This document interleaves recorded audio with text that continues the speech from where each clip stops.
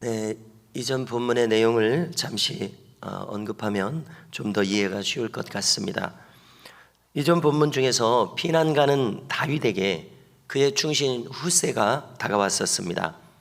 그러자 다윗은 후세에게 말하기를 너는 나를 따르지 말고 압살롬에게로 돌아가서 위장 전향을 해라. 그리고 압살롬의 책사 아히도벨의 모략을 성립하지 않도록 만들라. 이렇게 특명을 내립니다. 이렇게 그는 다윗은 압살롬과 정면으로 충돌하지 않기 위해서 다윗성을 떠나면서도 또 후위를 도모하면서 하나님이 또 어떻게 인도하실지 모르니까 본인이 할 수 있는 일은 다 하는 것입니다. 이렇게 후사를 압살롬 휘하에 위장 전향을 하도록 해서 이제 일이 도모되도록 합니다. 아히도벨이라는 인물은 지략이 탁월한 인물이었습니다. 그렇지만 그는 다윗을 즉시 배반하고 압살롬 편에 섰습니다.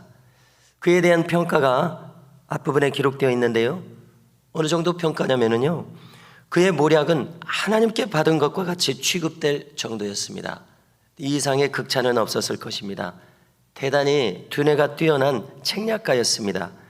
자, 그러나 그가 낸 책략을 보십시오. 압살롬에게 다윗의 후궁들을 백주에 범하라고 합니다. 자, 이런 폐륜을 하도록 처방을 했습니다. 그러므로 그는 바른 성품의 사람이 아닌 것을 알 수 있습니다.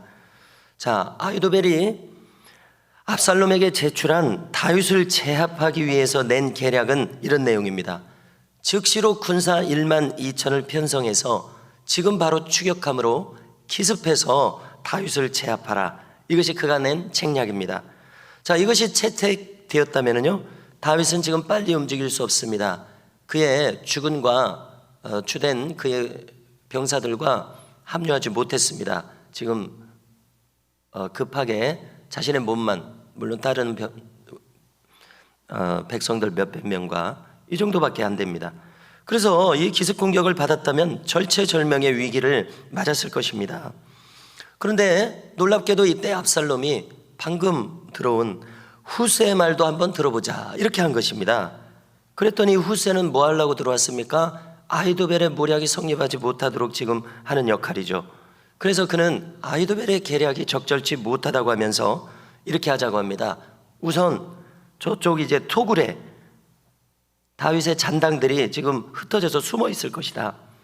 그때 이 다윗 왕의 부하들을 하나씩 그 토굴을 토벌해 나감으로써 다윗 왕을 압박하는 심리전을 먼저 펼치자고 합니다. 그런 다음에 전국에서부터 해변의 모래알처럼 많은 군사들을 몰고서 압도적으로 다윗 왕을 제압하자고 합니다. 여기다가 덧붙여서 이 압살롬의 허영심을 자극하는 겁니다. 그래서 만일 또 다윗 왕이 어느 성으로 숨어들었으면은 전국에 있는 밧줄들을 다 가져다가 그 성을 꽁꽁 묶어가지고 강으로 가져다가 그 성을 빠뜨려가지고 물에 다 삼켜버리자, 이렇게 이야기를 합니다. 자, 이 계책을 들으니까 허영심이 자극된 압살롬이 아마 박수를 치면서 그거 참 좋은 계략이다, 그렇게 하자, 이렇게 된 것입니다. 폼나게 승전하는 것이 더 좋아 보인 것입니다. 자기 부친에게 그런 수모를 주고 싶어하는 이 압살롬의 마음을 보십시오. 그는 진정 제정신이 아닌 것으로 생각이 됩니다. 자, 이제 오늘 본문으로 와서요, 후세가 아히도벨의 모략을 무력화시켰습니다. 자신의 계략이 채택되었습니다. 압살롬이 좋게 생각했으니까요. 그러자 그는 이제 이것을 다윗에게 전하면 됩니다. 예루살렘에 잔류하던 두 제사장 사독과 아비아들에게 이 사실을 알립니다. 어서 가서 다윗에게 전해 주십시오. 자, 그러자 그들은 각각 자기의 아들들이 있었습니다. 사독의 아들 아히마아스, 아비아달의 아들 요나단을 전령으로 보내고자 합니다. 그런데 이 젊으니까 눈에 띄니까 예루살렘 성으로 들어오지는 못했습니다. 성 밖에서 동태를 살피고 있었습니다. 자, 기드론 계곡의 엔노겔 샘에 있었습니다. 한 여종이 전갈을 가져왔습니다. 다윗 왕에게 전할 전갈이죠. 자, 이때 그들이 움직이다가 압살롬의 끈앞들에게 발각됩니다. 그러자 그 두 사람은 즉시 어떤 집에 들어가서 우물 속에 숨습니다. 그 집 여인이 도와준 겁니다. 마치 여리고성의 라합처럼 이 두 사람을 우물 속에 숨도록 해서 그 위에다가 곡식을 이렇게 널어서 아무것도 없는 것처럼 그렇게 해서 숨겨준 겁니다.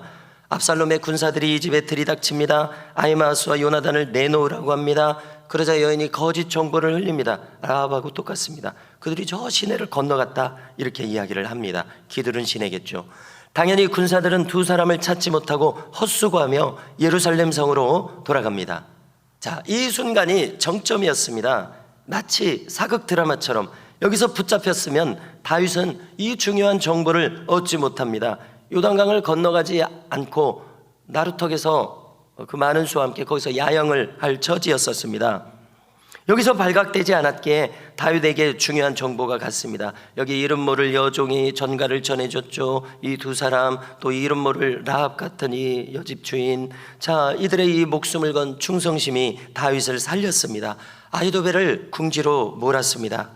그래서 이제 이 정보를 받아 듣고서 다윗 왕은 백성들과 함께 요단강을 건너가서 살게 됩니다.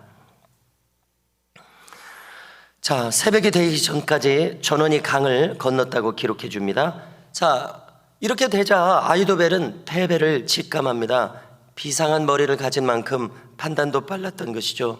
23절을 보니까 자신의 계략이 채택되지 못하고 다윗이 요단강을 건너자 그는 결단을 내립니다. 나귀에 짐을 싣고 고향집에 갑니다. 모든 것을 정리하고 스스로 목을 매서 죽습니다.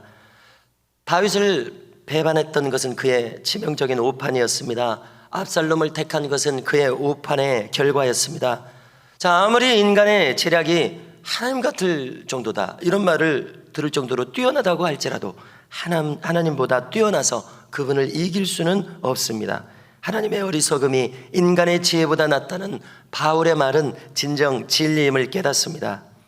자, 압살롬도 이제 뒤늦게 요단강을 건너서 추격을 합니다. 그렇지만 이 적절한 시간을 놓친 것이죠. 그는 아마사를 군대 장관으로 삼습니다. 이제 압살롬의 군대와 다윗의 군대가 정면으로 충돌할 찰나입니다. 다윗의 휘하 장수들은 요압, 아비새 이때입니다. 요단 동편에서 이제 다윗과 합류한 것 같습니다. 성도 여러분, 다윗에게는 이처럼 충성스러운 신하들과 충성스러운 백성들이 많이 있었습니다. 사독 아비아달, 아히마아스 요나단, 그리고 이름 모를 이 두 여인, 이들은 자기 생명을 걸고 다윗과 함께 했습니다. 여기 이 하나님의 사람들과 하나님의 사람들끼리 신의를 지키는 이 사람들 너무나도 잘 어울리고 있습니다. 그러므로 우리도 신앙생활을 해나가면서 교회 안에서 하나님의 사람들 안에서 하나님 안에서 신실하게 믿음을 가지고 또 서로에게 신실한 신앙생활을 이어갈 수 있는 우리 모두가 되시기를 주님의 이름으로 축원합니다.